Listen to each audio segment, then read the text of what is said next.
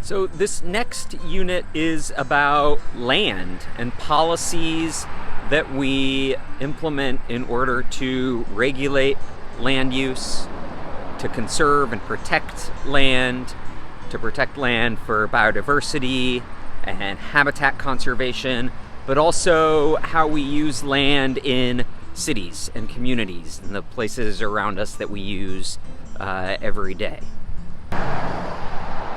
So we're going to talk about some philosophical things related to land, like, can humans own land? Is land ours to own? Do we have the right to make decisions for land? If we do own land, do you have the right to exclude other people from it? In the United States, in lots of Western cultures, we believe that humans do have the right to own land, and you can exclude others, and you have the right to extract value from your land and things like that. But in other parts of the world and in other cultures, those ideas are completely nonsensical. They don't make sense. There are cultures that believe it's impossible to own land, that humans don't have a right to do it. It's impossible to exclude others, and you're violating the rights not only of the planet, but you're violating the rights of other people by excluding them from your land.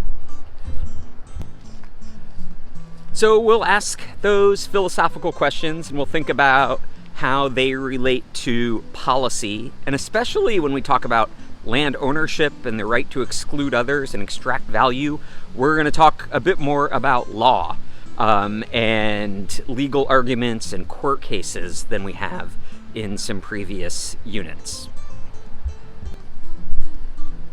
That's because if we're talking about the right to exclude others, then we're talking about putting up fences, posting your property, things like that, which then create the potential for violations of those, like trespass or nuisance violations. So we're going to talk about some of those things and what those things mean in a court of law. After we ask some of those philosophical questions about land and the relationship of land rights and ownership to policy, we will talk about private property and laws and policies related to private property, especially how individuals can conserve their land through conservation easements, which are one of the most valuable tools for land conservation that we have. We'll then move on to municipal, town and city land use policies. That's going to be a conversation about zoning and land use planning. And my son and I are going to take a bike ride around town to different zones within the city to see what those zones look like. We'll do a little review of some court cases related to private property and municipal zoning, and violations of private property and municipal zoning law. We'll look at eminent domain, the right of a local government to take your private property for a public good, and talk about how that can occur and what has to happen in order for that to occur, and if that's a violation of your private property rights. We'll look at some state land designations in New York State.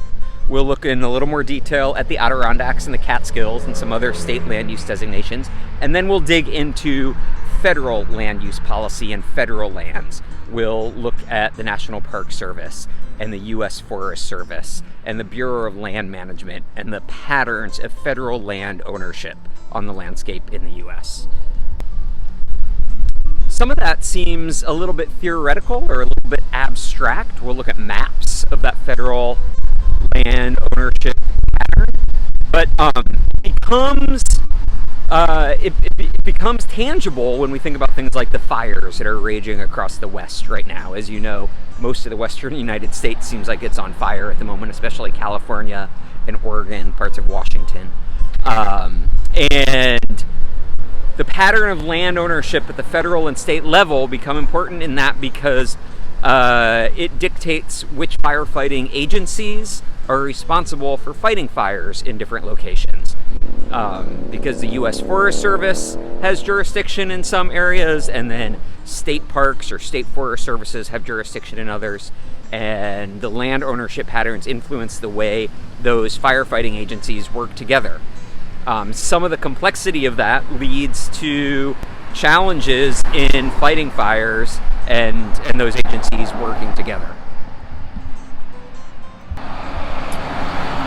And then finally, we will finish up by looking at some land conservation programs at the global level. We'll look at the United Nations, UNESCO, United Nations Education, Science, and Cultural programs that protect cultural landscapes around the world. And we'll also look at the UN Biosphere Reserve program that protects places of particularly valuable biodiversity.